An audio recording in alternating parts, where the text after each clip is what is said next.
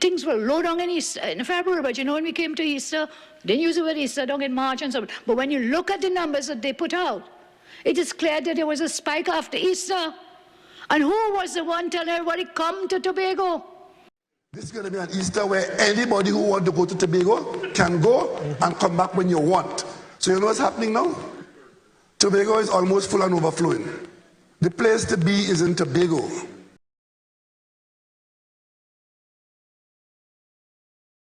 Two weeks later, driving factor would have been the large congregations that would have occurred 2 weeks ago around the Easter period that we're now seeing the effects of as this week's figures roll out, because we're seeing that 2-week gap between Easter and now being followed by that large surge, which we'd spoken about before and which we're now experiencing. Right. Dr. Hinds, we saw for the Christmas season, which is normally a very busy season and a lot of meeting and greeting, that the numbers were very controlled. Why weren't we able to enjoy that kind of, reprieve for the Easter season? It would appear that there was definitely a lot less mixing and moving at the Christmas season than there was at the Easter season. We don't have numbers for the Christmas season to indicate how many people would have mixed, moved, etc. But for the Easter season, we did see where I think the Ministry of Transport indicated at least a number of people have moved back and forth just between Trinidad and Tobago, and that's not the majority or even the important part of the movement. It's all the movement in country, on island, all the gatherings that people would have had, all the places they would have gone.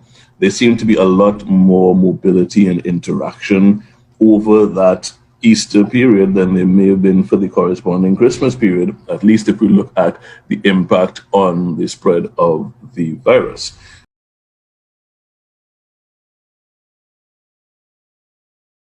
The opposition organized gatherings of people called vigils. Thousands of people for a month trying to exploit the death of Andrea Barrett. And you're asking me how we got here? 3 days later.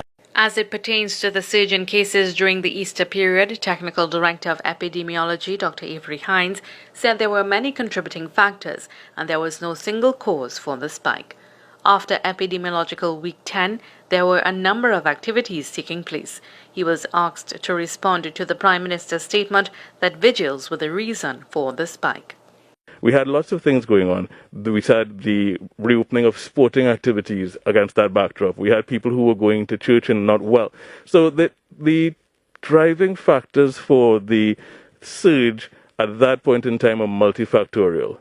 There seemed to be a lot more mobility and interaction over that Easter period than there may have been for the corresponding Christmas period, at least if we look at the impact on the spread of the virus.